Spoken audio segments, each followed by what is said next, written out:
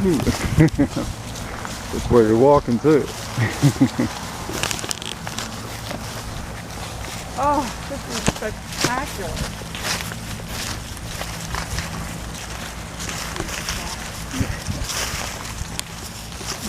Wow. Yeah, this is the prettiest spot in Newport News. This belongs to the people of Newport News who are not going to look at this anymore. Yay!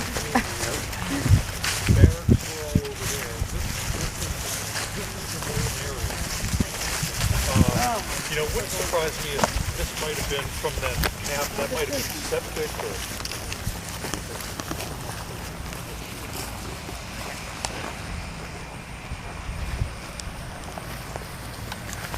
These wooden posts are where, at the base of each wooden post, and Aaron put these in, are the cut-off galvanized iron post that would have been the perimeter fence with razor wire and all of that. Because, you know, it's amazing to stand out here now and think, this was a prison. Yeah. You know, this amazing piece of property that, you know, we look at through different eyes, not behind bars, was for many decades a prison, established right around 1920, I guess. And what's interesting, as you came in, if you didn't notice it, on the way back out, before you make the turn out the gate, look to your left and you'll see that brick house, which was the warden's house. And if walls could talk, imagine.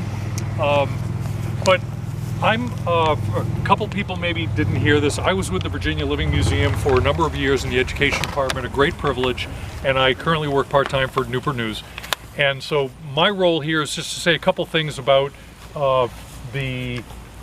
nature, about the relationship between this high ground and the James River, and a little bit about geology.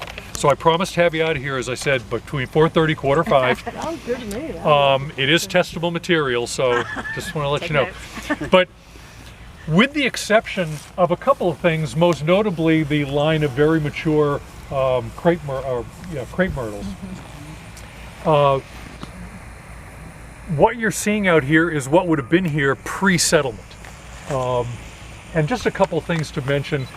These oaks clearly have been here for a good long time, well before the prison, because they've had, I don't know, I would say maybe darn close to 200 years worth of growth where they could just grow out in their natural form.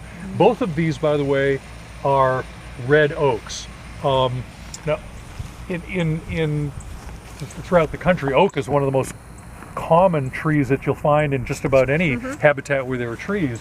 And there are lots and lots of different kinds of oaks.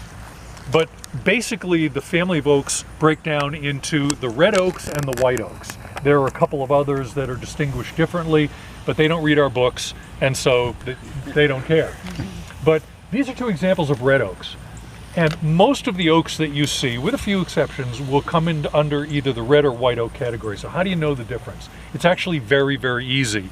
And when it was explained to me years ago, I'm like, okay, I got this for the rest of my life, and I enjoy passing it along to those of you that don't know. When you look at an oak leaf, the lobes of the leaves on a red oak, they terminate in what is a sharp point. And if you imagine that sharp point actually being sharp like a pin, if you poked yourself with it, you'd bleed. And that blood would be red. Unless you were a horseshoe crab, in which case it would be blue, but that's a different story. So a red oak of that family are going to have leaves where the lobes, where the end of the leaves are kind of come to a sharp point. And what's really convenient is the white oak family, the leaves are kind of shaped the same in many cases, but that lobe end is rounded, clearly rounded, and doesn't have the very distinct sharp point. So it's very easy to know whether you're looking at a white oak or a red oak. And both of those species and the different kinds of red and white oaks are found throughout the coastal plain. And these are just such wonderful examples. I will want this because that's what we need. Oh, thank you. Anybody who wants to work towards that, there's several of us here from Citizens for Riverview Farm Park. Adrian there is our president, I'm vice president, Lucy's on the board, Rena's on the board. So see one of us. to help encourage the city to follow through with their designation of this land as parkland. And by the way, What was your name again? What is that Pete. piece? What is that piece of land? we are looking at the very tip out there of Mulberry Island, which is Fort Eustis. Okay. And so these magnificent trees in front of us, the most common pine tree, large pine tree that you're going to find in our region along the coastline, that's a loblolly pine. And by far that is the dominant species of pine, whether it's in Newport News Park or, you know, right here. And I love these because they're mature. They have not been grown in a tree farm where they're crowded together, which encourages them to grow up nice and pencil straight so they can be harvested and used for wood products. Nothing wrong with that. But here you see a much more natural branch spread. And so the pines, the oaks, as you go out and you're just about to turn to the right to go out the gate, sort of diagonally off to your left, there's beautiful mature tulip trees, and also another one over there. Sweet gum. There's some amazing mature trees on this property that hopefully more people will get to enjoy.